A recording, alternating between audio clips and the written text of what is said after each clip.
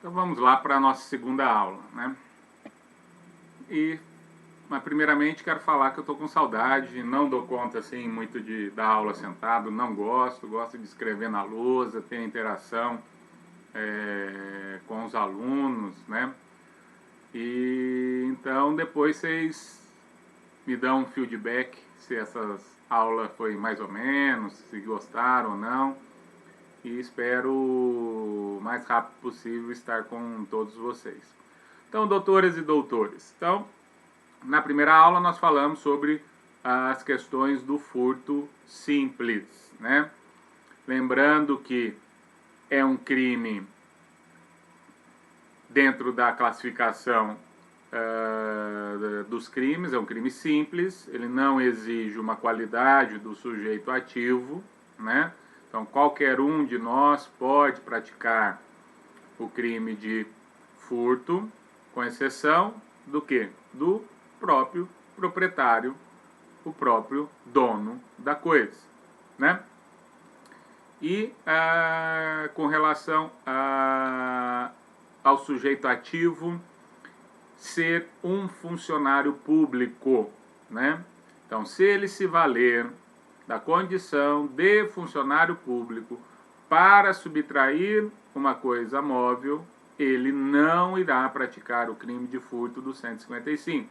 Então, eu sou delegado, eu vou na delegacia e no final do expediente eu levo um dinheiro que estava apreendido de um traficante.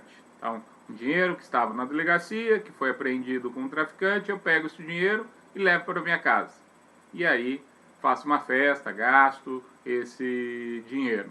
Eu vou praticar o crime de peculato, tá? Então, peculato na modalidade furto, tá? Porque depois vocês vão estudar, é um crime contra a administração, não é um crime contra o patrimônio. No artigo 312, parágrafo 1º, eu tenho a modalidade de peculato furto. Ok? Beleza? Então, furto qualificado, parágrafo 4º.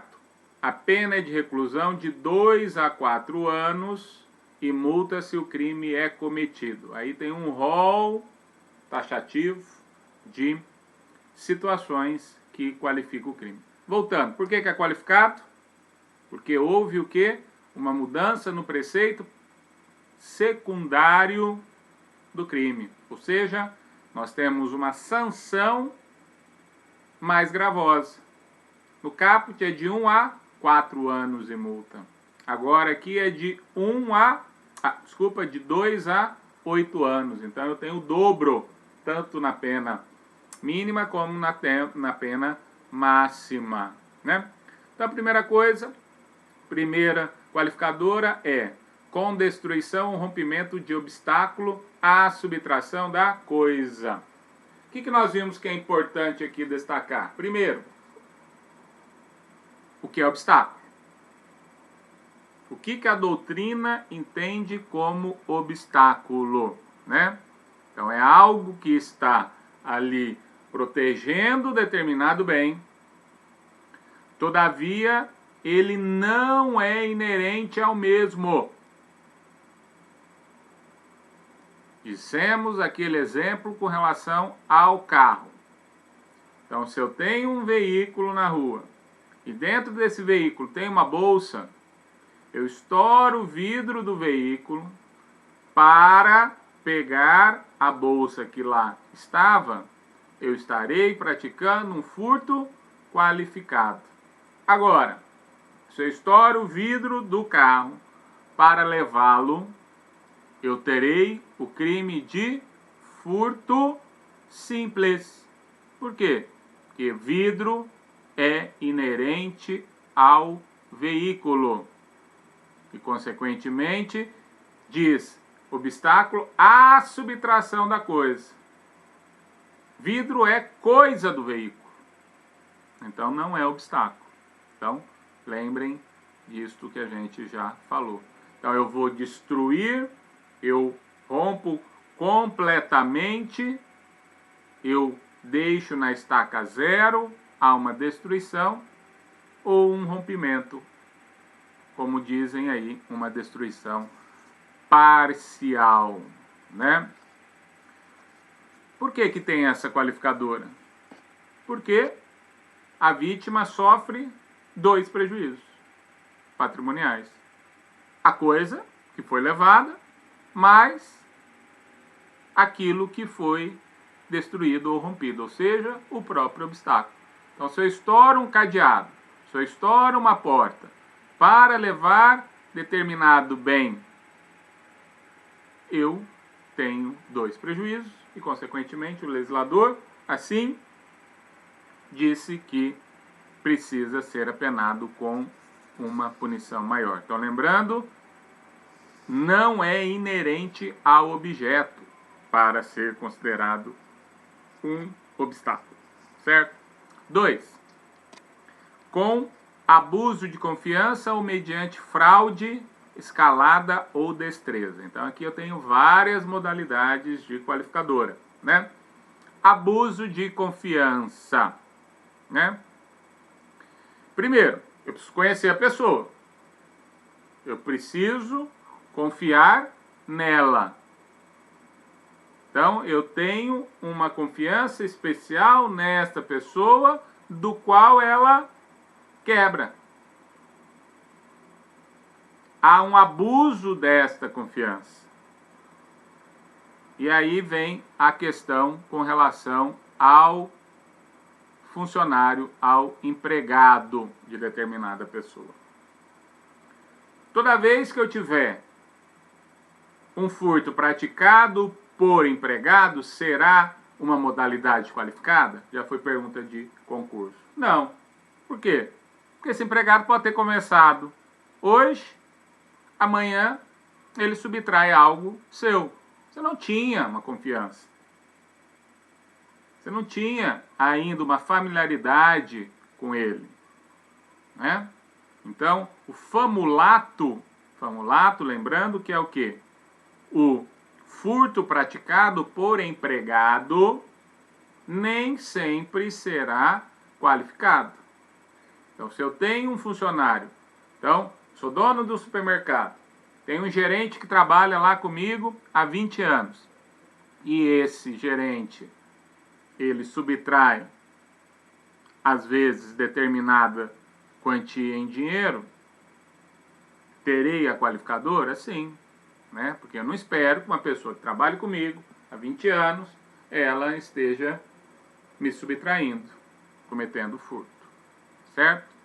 Mediante fraude, lembrando, engodo, há uma preparação, uma fraude por parte do agente para que se aproxime do bem e, consequentemente, possa subtraí-lo. Então, nós temos aí uma artimanha feita pelo sujeito ativo para que se aproxime do bem desejado a ser furtado, a ser apoderado, e sem a devida autorização do sujeito passivo, ele a subtrai. Então, eu coloco uma roupa de carteiro, pego uma caixa, e aí toco a campainha de uma casa que eu quero subtrair determinada coisa, e aí a pessoa chama para entrar, eu levo essa caixa, enquanto ela está assinando ali o documento, eu vejo algo que me interessa e subtraio, né? Consequentemente, eu usei aí de uma fantasia, de uma fraude para praticar o crime. Ok? Terceiro, escalada. Então, lembrando, não é só por cima. Estou escalando, subindo, não. Escalada pode também ser por baixo, né? Então, realização de um túnel. Eu jogo uma corda. Eu uso de uma escada. Ou eu tenho um esforço físico que eu tenho que realizar para conseguir a subtração, ou eu uso de algum meio que vá facilitá-la, né? Então, coloco uma escada no muro, subo essa escada, pulo, entro na residência e, consequentemente, eu levo o objeto que ali estava, né? Então, eu tenho aí a modalidade de escalada, outra qualificadora. Depois, a destreza, né? O conhecido mão leve. A pessoa tem uma habilidade física, manual, que ela consegue pegar determinado bem sem que, isso que é importante, sem que a vítima perceba que está sendo subtraída, né? Então, normalmente em lugares com grande aglomeração, né? Final de ano, Natal, então só vai lá para Campinas, shopping, e às vezes a gente até vê em televisão, né? Lá no 25 de março, na região de São Paulo, que as pessoas nem conseguem andar direito, a pessoa pega a carteira dentro da bolsa, dentro do bolso de determinada pessoa e ela nem fica sabendo. Então aí nós temos a modalidade de destreza. Depois, emprego de chave falsa. Então, como o próprio inciso 3º está falando, a chave deve ser falsa, não é chave verdadeira. Se eu usar uma chave verdadeira para entrar numa casa, para levar um carro, eu tenho a qualificadora? Não. Agora, é chave verdadeira, mas eu tive acesso a ela por meio ilícito. Terei o crime? Sim. Né? Aí, nessa modalidade, eu terei essa qualificadora. Mas a micha, que é aquela chave sem dente, um grampo, cartão de crédito, pode ser usado, né, em determinados locais para entrar. Uma cópia não autorizada, né, é chave falsa, sim. E, consequentemente, eu tenho a qualificadora. A última do parágrafo 4º. Mediante concurso de 2 ou mais pessoas, né? Então é o conhecido concurso de agentes. Então, se eu tenho mais de uma pessoa, ou seja, no mínimo 2, 3, 4, 5, enfim, são várias pessoas praticando o crime de furto, eu terei, então, esta qualificadora, né? Preciso, professor, que todos sejam maiores de idade, capazes, né, para que haja o concurso, essa qualificadora? Não. Então, eu, capaz, maior de idade, eu juntamente com um menor, alguém de 16 anos, ou com um deficiente mental, que não tenha devida capacidade, praticamos o crime de furto. Vai ter para mim essa qualificadora? Sim. Tá? Ah, preciso identificar todas as pessoas que cometeram o crime de furto para que eu, consequentemente, tenha qualificadora? Não.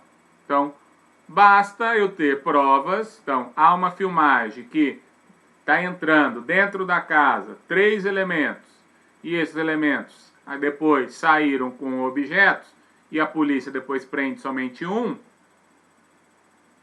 Este um que foi preso, que está sendo identificado, vai responder pelo furto qualificado. Então, essas são as qualificadoras do parágrafo 4º. E daqui a pouco, então, voltamos a nos falar sobre as demais qualificadoras. Um abraço.